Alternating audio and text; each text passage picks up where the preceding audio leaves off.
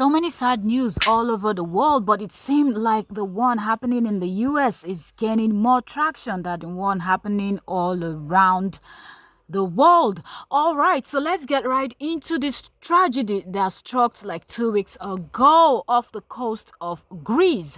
Okay, so at least 79 people drowned early on Wednesday, and hundreds more were missing and feared dead after their overloaded boat capsized and sank in open seas off Greece in one of Europe's deadliest shipping disaster in recent times.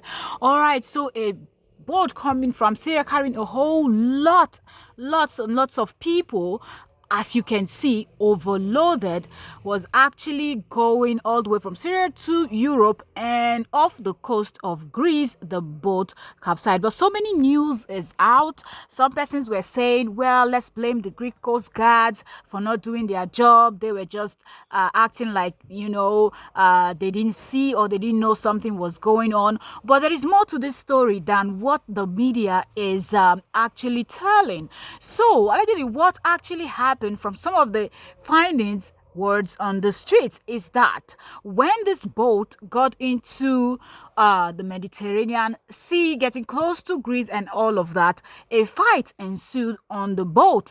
And on this very boat that as you can clearly see, is overloaded. They loaded the women and children inside. Okay, let's say at the first level of the boat, and the men and all of that were at the top of the boat.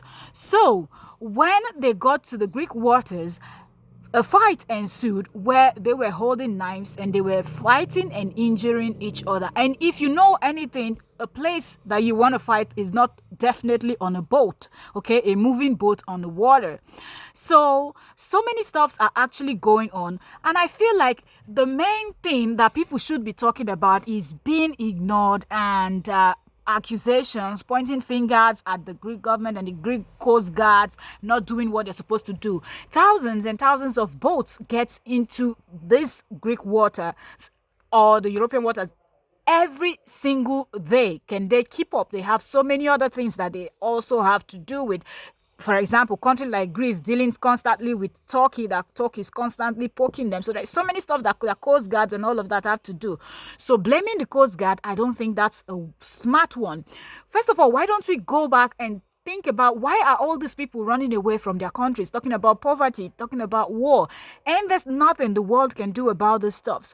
How about every country tightening their borders, okay, making sure that these smugglers, first of all, if you hear the amount of money that people are paying just to go on this deadly trip, those money are enough for you to start up a business in your own country or move to the neighboring country. For example, if there is war in your own country, move to the neighboring country or a few countries away from yours, start up a business with that same money that you want to pay to smugglers to smuggle you all the way from Asia into Europe, or smuggle you all the way from Africa into Europe, or whatever the case may be. But I'm just saying, it's high time smugglers get stopped, because every single time you hear these cases of boats capsizing in different parts of the Mediterranean seas and thousands of people drowning, including children as young as 0.0, just few months old, 6 months, 1 year, 2 years old. Their parents are already taking them on this deadly journey. People going through road, or going by land or by sea.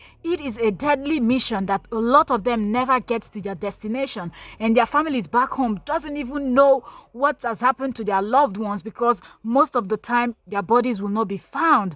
But well, the media decided to post the 5 billionaires that decided to go drown themselves in the Titanic. Let us know what you think. What's your thoughts? Because I think in this case, the world is guilty of pushing certain narratives and giving preference to some other people.